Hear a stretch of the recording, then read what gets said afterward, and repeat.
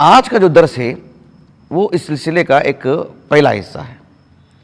وہ یہ ہے کہ ہم بچپن سے سنتے آ رہے ہیں بحیثیت مسلمان، جمعہ کے خطبوں میں، عام دروس میں، تحریروں میں، بلکہ ہماری عام بول چال میں جب بھی خلفائے اربعہ کا نام آتا ہے ہم کہتے ہیں خلفائے راشدین، خلفائے راشدین.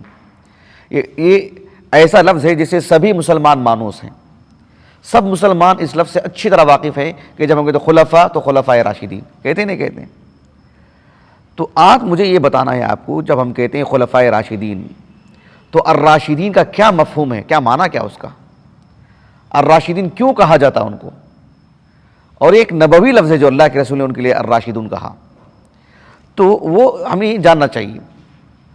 ہماری زبان پر یہ لفظ ہے، لیکن الراشدون جب کہتے ہیں تو اس کا معنی مفہوم کیا ہے، یہ لفظ کہاں سے جو ہے مطلب ماخوذ ہے، اس کا مصدر کیا ہے، یہ سب باتیں میں آج کے درس میں بتاؤں گا انشاءاللہ تعالی. تو آج کا جو درس ہے تمہیدی باتیں ہو گئی، میں اصل درس آپ کے سامنے رکھ رہا ہوں. 3 باتیں میں آپ کے سامنے رکھوں گا انشاءاللہ تاکہ آپ کو یاد رکھنے میں آسانی ہو. سب سے پہلی بات، الراشدین کا جو لفظ ہے خلفائے اربعہ کے لیے، یہ کس حدیث سے ثابت ہے، اس حدیث کو میں آپ کے سامنے ذکر کروں گا. اس حدیث کی صحت پر اہل علم کے جو اقوال ہیں وہ میں آپ کو بتاؤں گا. پھر دوسری بات، الراشد اس کا لغوی معنی کیا ہے، پھر اس کی جو تفصیلات ہیں لفظ الرشد کے، وہ معنی مفہوم آپ کے سامنے رکھوں گا انشاءاللہ.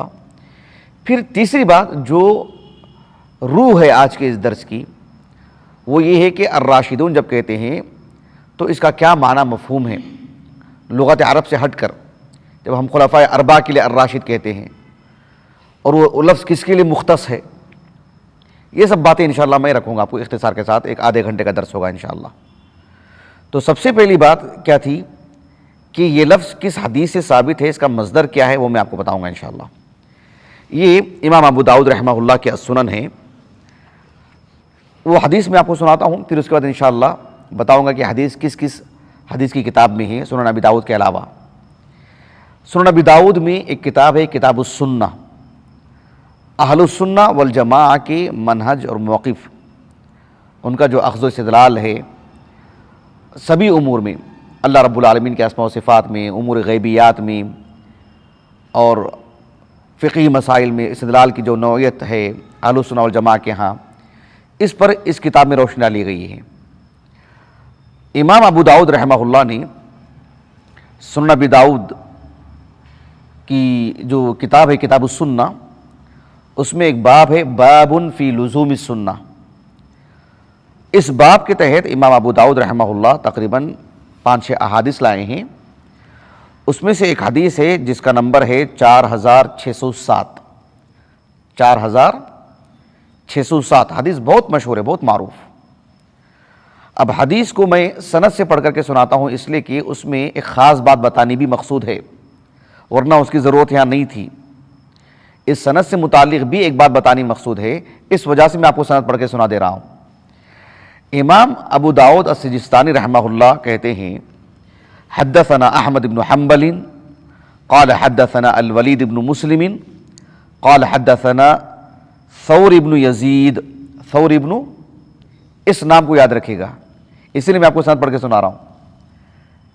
الولید بن مسلم جو ملک شام کے ہیں، دمشقی ہیں، ان کے استاذ کون ہیں؟ ثور بن یزید. وہ کہتے ہیں قال حدثنا ثور بن یزید قال حدثني خالد بن معدان. خالد بن معدان، اس نام کو بھی اچھی طرح یاد رکھیے. وہ کہتے ہیں کہ قال حدثني عبد الرحمن ابن عمرو السلمی. اس نام کو بھی اچھی طرح یاد رکھیں، اس نام کے تو غیر معمولی اہمیت ہے. وہ حجر ابن حجر قال اتینا العرباض ابن ساریہ. 2 صاحب ہیں تابعین میں سے، ایک عبد الرحمن ابن عمرو السلمی، عبد الرحمن ابن عمرو السلمی. ایک اور صاحب ہیں حجر ابن حجر. یہ دونوں کہتے ہیں کہ ہم آئے کس کے پاس؟ العرباض ابن ساریہ رضی اللہ عنہ، صحابی کے پاس. اور یہ صحابی بہت مشہور، بہت معروف. حالانکہ آپ سے ملنے والی جو مرویات ہیں وہ کم و بیش 10 سے 15 کے درمیان، 10 سے 15 کے درمیان ابو نعیم الازبانی رحمہ اللہ نے معجم الصحابہ معرفت الصحابہ میں کچھ ہی احادیث آپ کے لے کر کے آئے ہیں، اور ان میں سے بھی جو بسند صحیح روایت آپ کی ہیں وہ تقریباً 10 کے قریب احادیث ہیں، بلکہ اس سے بھی کم ہیں۔ العرباض ابن ساریہ یہ مہاجر ہیں، مہاجرین میں سے ہیں، اور اہل الصفہ میں آپ کا شمار ہوتا ہے۔ کس کا؟ العرباض ابن ساریہ کا رضی اللہ عنہ۔ امام ابو عیسیٰ ترمذی رحمہ اللہ نے جب اس حدیث کو اپنی کتاب میں لائے السنن کی ابواب العلم میں، اس حدیث کو لانے کے بعد آپ کے نام سے متعلق کہا کہ آپ کی کنیت ابو نجیح ہے۔ کیا کنیت ہے آپ کی؟ ابو نجیح۔ تقریباً 70 ہجری کے بعد آپ کی وفات ہوئی۔ سنن ابی داؤد، سنن ترمذی، سنن نسائی، سنن ابن ماجہ، یہ جو سنن اربعہ ہے کتب ستہ میں سے، ان 4 کتابوں میں آپ کی مرویات ہیں، صحیحین میں آپ کی کوئی روایت نہیں ہے۔ العرباض ابن ساریہ رضی اللہ عنہ، اللہ کے رسول صلی اللہ علیہ وسلم کے زمانے میں تو آپ مدینے میں تھے، لیکن آپ صلی اللہ علیہ وسلم کی وفات کے بعد یہ ملک شام چلے گئے، زمانہ گزرا ملک شام میں، پھر کوفہ میں بھی کافی زندگی نکالی آپ نے، معروف صحابی۔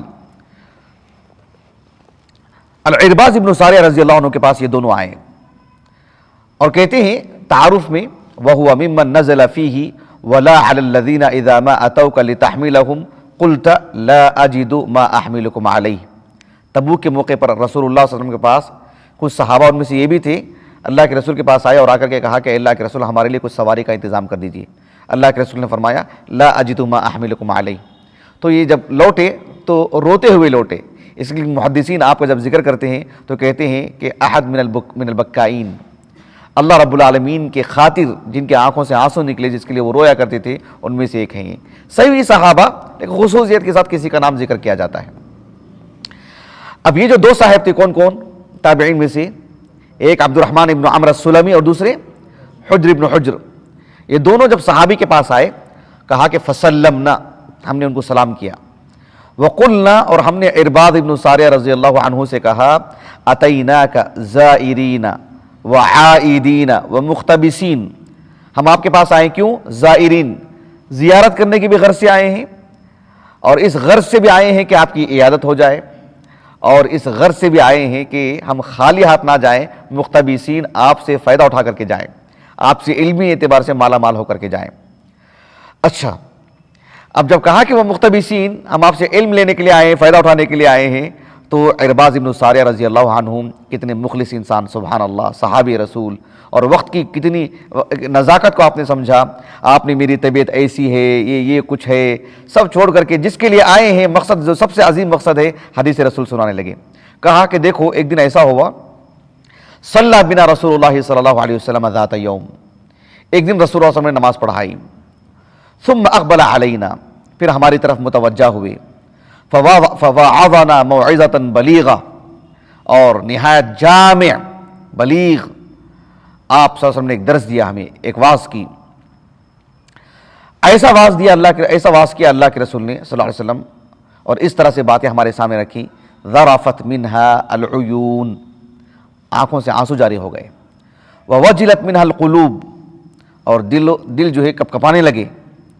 فقال قائل، اس مجلس میں، صحابہ کی جو مجلس تھی، اس میں سے ایک صحابی نے کہا کہ یا رسول اللہ کأن هذه موعظة مودع فماذا تعهد الینا، اے اللہ کے رسول صلی اللہ علیہ وسلم، آپ کا جو گفتگو کا انداز ہے، آپ کی جو باتیں ہیں، ایسے معلوم ہو رہا گویا کہ آپ ہم سے الوداعی کلمات کہہ رہے ہیں، آپ ہمیں کچھ نصیحت کر دیجئے۔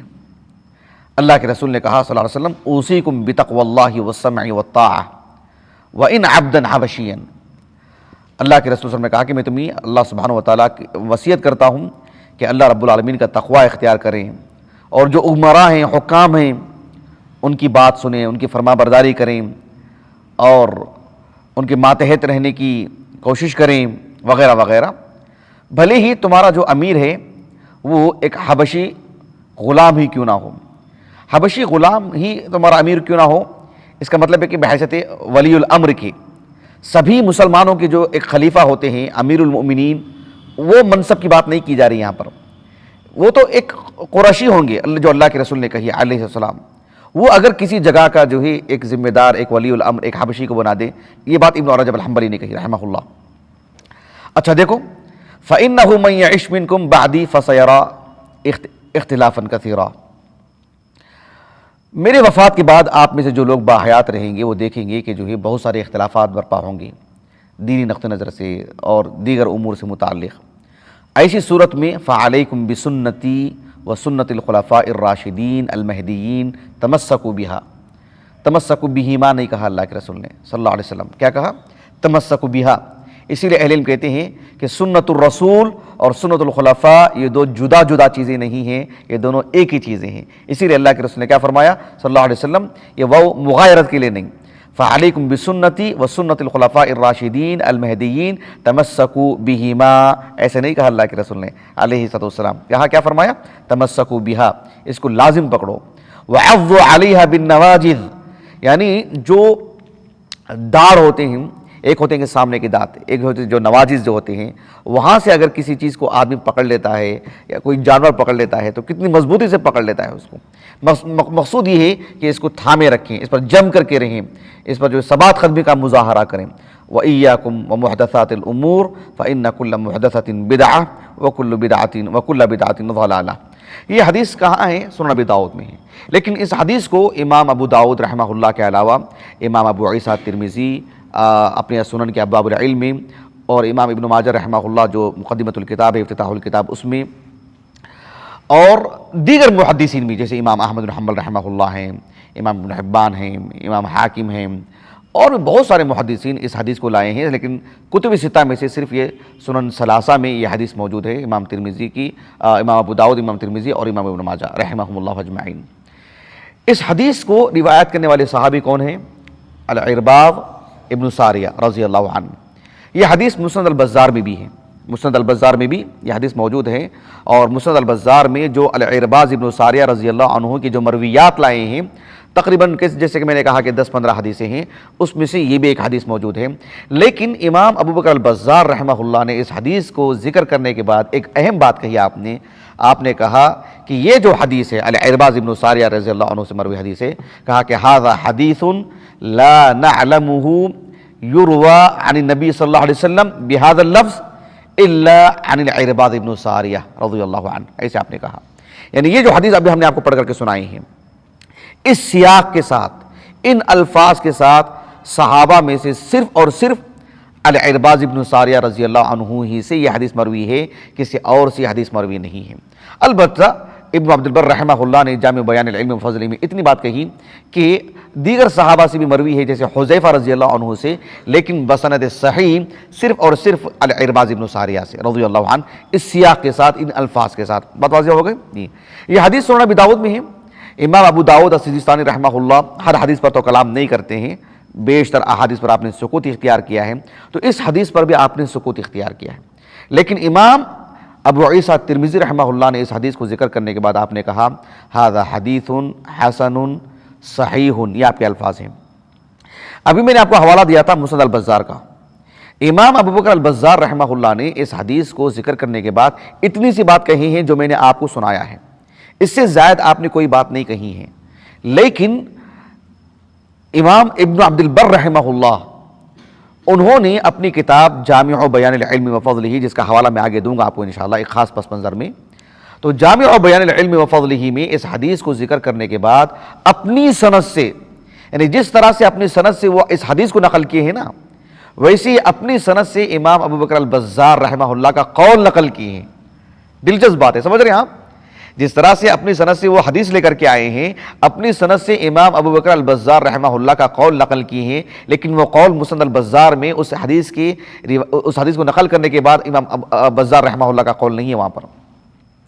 اب یہ اس کتاب میں تو وہ قول نہیں ہے، اس کتاب میں تو نہیں کہوں گا، اس حدیث کے ضمن میں تو نہیں کہا امام البزار رحمہ اللہ نے، لیکن ابن عبد البر رحمہ اللہ نے جامع بیان العلم و فضلہ میں اس حدیث کو نقل کرنے کے بعد اپنی سند سے امام ابو بکر البزار رحمہ اللہ کا یہ قول نقل کیا، کہا کہ حدیث العرباض ابن ساریہ، الفاظ دیکھو آپ، کہا کہ حدیث العرباض ابن ساریہ فی الخلفاء الراشدین المہدیین حدیث ثابت صحیح، ایسے کہا امام ابو بکر البزار رحمہ اللہ نے. لیکن یہ قول مسند البزار میں اس حدیث کے ضمن میں نہیں ہے. اور اس قول کو نقل کرنے کے بعد امام ابن عبد البر رحمہ اللہ نے کہا کہ وَهُوَ كَمَا قَالَ ابو بکر البزار، وَهُوَ كَمَا قَالَ ابو بکر البزار، ایسے آپ نے کہا کہ حدیث ثابت. وہ کہ ابن عبد البر رحمہ اللہ نے بھی کہا کہ یہ حدیث کیا ہے؟ صحیح ہے، ثابت ہے. امام ابو عبداللہ الحاکم رحمہ اللہ بھی اپنی المستدرک علی الصحیحین میں اس روایت کو لائے ہیں، اور آپ نے کہا کہ ھذا حدیث صحیح، اور کہا لیس لہ علہ. کیا کہا؟ لیس لہ علہ. یہ کون کہا؟ امام حاکم رحمہ اللہ نے. امام ذہبی رحمہ اللہ نے موافقت کی کہ ہاں بات بالکل درست ہے. لیکن ایک اور بات کہی امام حاکم رحمہ اللہ نے، میں آگے ذکر کروں گا آپ کو انشاءاللہ، بہت دلچسپ بات. لیکن امام حاکم رحمہ اللہ نے تو صحیح کہا ہے، امام ذہبی رحمہ اللہ نے موافقت کی. شیخ البانی رحمہ اللہ نے بھی اس حدیث کو صحیح کہا ہے. اور اسی طرح سے ایک کتاب ہے الجامع المسند مما لیس فی الصحیحین، شیخ مقبل ابن ہادی الوادعی رحمہ اللہ، انہوں نے بھی اپنی اس کتاب میں العرباض ابن ساریہ رضی اللہ عنہ کی جو مرویات ہیں بسند صحیح جو لائے ہیں 3-4 روایت، اس میں سے یہ روایت بھی موجود ہے، اور اس کو آپ نے حسن روایت کہی ہے. یہ حدیث سندن صحیح ہے. البتہ ایک دلچسپ بات یہ ہے کہ ابن رجب الحنبلی رحمہ اللہ، انہوں نے ابو نعیم الاصبہانی رحمہ اللہ، ان کا ایک قول نقل کیا ہے. اور ان کا یہ قول کہاں ہے یہ تو مجھے نہیں معلوم، کیونکہ جو معرفت الصحابہ کتاب ہے ابو نعیم الاصبہانی رحمہ اللہ کی، اس میں العرباض ابن ساریہ رضی اللہ عنہ کی جو مرویات آپ نے ان کے ترجمہ حیات میں کچھ ذکر کی ہیں، اس میں تو آپ نے ایسی کوئی بات نہیں کہی ہے جو ان کے حوالے سے ابن رجب الحنبلی رحمہ اللہ نے جامع العلوم والحکم میں لکھی ہے. لیکن ان کی کتاب الضعفاء غالباً اس کتاب کے حوالے سے جو ہے ذکر کیا انہوں نے، جیسے کہ حاشیے میں لکھا ہے. بات یہ ہے کہ ابو نعیم الاصبہانی رحمہ اللہ کے حوالے سے ابن رجب الحنبلی رحمہ اللہ نے کہا کہ یہ جو حدیث ہے، حدیث العرباض ابن ساریہ رحمہ اللہ رضی اللہ عنہ، کہا کہ حدیث جید من احادیث الشامیین، اس لیے کہ اس حدیث کو روایت کرنے والے صحابی ہوں، صحابی کے بعد ان کے تلامذہ ہوں، تابعین ہوں، تابع تابعین ہوں، تقریباً سبھی افراد جو ہے ملک شام کے. کہا کہ حدیث جید من حدیث الشامیین. اسی سے ملتا جلتا ایک کلام ہے ان کا، کس کا؟ ابو اسماعیل عبداللہ ابن محمد الحروی رحمہ اللہ، ذم الکلام. تو ابھی میرے پاس نئی کتاب آئی ہے وہ، اس میں تو آپ نے مفصل جو ہے اس کی جتنے طرق ہو سکتے ہیں تقریباً طرق آپ نے جمع کر دیا آپ نے، ابو اسماعیل الحروی رحمہ اللہ نے. اس میں آپ نے بھی اسی سے ملتا جلتا ایک جو ہے آپ کا کلام ہے. آپ نے کہا کہ یہ حدیث جو ہے ملک شام کے علماء سے جو ہے یہ حدیث ہم کو ملتی ہے. ایسے آپ نے کہا کہ ھذا من اجود حدیث فی اہل الشام، ایسے آپ نے لکھا. بہرحال ایک دلچسپ بات، بہت ہی اہم قابل غور، جو خاص کر علم حدیث پڑھنے والوں کے لیے ضروری ہے، اور جو صحیحین کو سامنے رکھ کر کے اس پر جو اہل علم نے کام کیا ہے، جیسے المستدرک علی الصحیحین وغیرہ، تو ان کا جو دراسہ کرتے ہیں ان کے لیے یہ جو بات بڑی اہم ہے، وہ یہ ہے کہ ابو نعیم الاصبہانی رحمہ اللہ نے ایک بات یہ بھی کہی کہ یہ حدیث کس میں ہے؟ سنن ابی داؤد میں ہے، سنن ترمذی میں ہے، سنن ابن ماجہ میں ہے، لیکن صحیحین میں حدیث نہیں ہے. کس میں نہیں ہے؟ تو ابو نعیم الاصبہانی رحمہ اللہ نے اس بات کو سمجھانے کی کوشش کی کہ امام بخاری امام مسلم اس حدیث کو جو نہیں لائے ہیں، کسی کے دل میں کھٹک نہیں ہونی چاہیے کہ اس حدیث کی سند میں کچھ ہے کیا اس کی وجہ سے امام بخاری امام مسلم نہیں لائے ہیں. تو کہا کہ آپ نے کہ لم یترک البخاری و مسلم، آپ نے کہا امام بخاری امام مسلم رحمہ اللہ نے اس وجہ سے اس حدیث کو ترک نہیں کیا. کہا کہ لم یترک البخاری و مسلم من جہت انکار منہما لہم، یعنی اس حدیث میں کوئی نکارت کا پہلو ہے کیا؟ اس حدیث کی اسانید میں سند میں کوئی راوی ایسے ہیں کیا جو امام بخاری امام مسلم رحمہ اللہ کے شرط پر نہ ہو؟ کہا کہ ایسا کوئی معاملہ نہیں ہے، بس آپ نے امام بخاری امام مسلم نے اپنی حدیث کا نام کو جو رکھا ہے المختصر رکھا نا، المختصر بھی تو ایک لفظ ہے. تو کہا کہ اس اعتبار سے آپ نے اس حدیث کو نہیں لائے ہیں. یہ بتانا مقصد ہے ابو نعیم الاصبہانی کو رحمہ اللہ، جبکہ بات ایسی نہیں ہے. امام حاکم رحمہ اللہ نے تو اس سے بھی زیادہ بڑی بات کہی.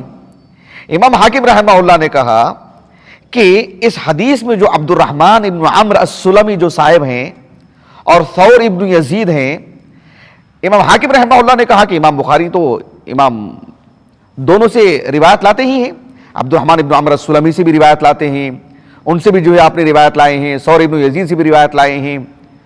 تو یہاں امام بخاری امام مسلم رحمہ اللہ کیوں نہیں لائے ہیں یہ بتانا چاہ رہے امام حاکم رحمہ اللہ، جبکہ بات ہی درست نہیں. عبد الرحمن ابن عمر السلمی کا صحیحین میں ان کی کوئی روایت نہیں ہے، ان کی وہ صحیحین کی شرط پر نہیں ہے وہ، لیکن امام حاکم نے کیا کہہ دیا، کہا کہ احتج البخاری بعبد الرحمن ابن عمر السلمی و ثور ابن یزید، ایسے آپ نے کہہ دیا۔ ثور ابن یزید اور عبد الرحمن ابن عمر السلمی دونوں سے تو امام بخاری تو روایت لاتے ہیں، یہاں کیوں نہیں لائے ہیں؟ اب امام بخاری رحمہ اللہ کا ایک خاص نقطہ نظر ہے اور اس پر بھی آپ قائم نہیں رہ پائے، اس پر ہم نے مستقل ایک درس دیا تھا گزشتہ سال۔ کہا کہ میرے نزدیک یہ بات ہو سکتی ہے، امام حاکم کہہ رہے ہیں میرے نزدیک یہ بات ہو سکتی ہے کہ خالد ابن معدان نام آیا تھا نا، خالد ابن معدان سے روایت کرنے والے صرف کون ہیں؟ ثور ابن یزید ہیں، شاید اس وجہ سے امام بخاری رحمہ اللہ اس روایت کو نہیں لائے ہیں، اور فوراً کہتے ہیں کہ محمد بن ابراہیم بن الحارث وہ بھی تو ان کی مطابقت کیے ہیں نا، لانا چاہتے ہیں امام بخاری امام مسلم کو، ایسے کہتے ہیں امام حاکم رحمہ اللہ نے، جبکہ بات ایسی نہیں ہے۔ اللہ جزائے خیر دے حافظ ابن رجب کو الحنبلی رحمہ اللہ، آپ نے جامع العلوم والحکم میں کہا کہ قلت لیس مما یظن کما ظنہ، ایسا لکھا آپ نے، لیس کما ظنہ، اے من الامام حاکم رحمہ اللہ، کہا کہ امام حاکم رحمہ اللہ کا یہ کہنا کہ خالد بن معدان سے روایت کرنے والے صرف ثور ابن یزید ہیں، اس وجہ سے روایت نہیں لائے ہیں، تب بھی وہ امام بخاری رحمہ اللہ کی شرط کے منافی تھوڑی نہ ہے، ہم نے مستقل اس پر درس دیا الحمدللہ۔ تو کہا کہ بات یہ نہیں ہے، بات یہ ہے کہ اس روایت میں جو عبد الرحمن بن عمر السلمی ہے، کہا کہ لیس علی شرطہما، یہ اصل بات ہے، وہ امام بخاری امام مسلم کی شرط پر نہیں ہے، وہ اس وجہ سے امام بخاری رحمہ اللہ نے روایت نہیں لائے ہیں، یہ نہیں کہ ایسے اور ایسے معاملہ ہے۔ جبکہ ابن رجب الحنبلی نے یہ بھی کہا کہ ثور ابن یزید جو خالد بن معدان سے روایت کرتے ہیں، امام حاکم تو ایک نام لیے، کہا کہ محمد بن ابراہیم ابن الحارث، وہ ان کی مطابقت میں، کہا کہ یہ بھی ان کی مطابقت میں، یہ بھی ان کی مطابقت کی، تو انہوں نے فہرست اور جاری کر دی ابن رجب الحنبلی نے، کہا کہ بات وہ نہیں ہے، بات یہ ہے کہ عبد الرحمن ابن عمر السلمی وہ سرے سے امام بخاری امام مسلم کی شرط پر نہیں ہے۔ یہ اس حدیث کی سند سے متعلق گفتگو تھی، یہاں میں اس کو میں ختم کرتا ہوں۔ تو بہرحال یہ حدیث کیا ہے؟ سندن صحیح ہے، لیکن امام بخاری امام مسلم کے شرط پر نہیں ہے، اس وجہ سے امام بخاری امام مسلم رحمہ اللہ لے کر کے نہیں آئے۔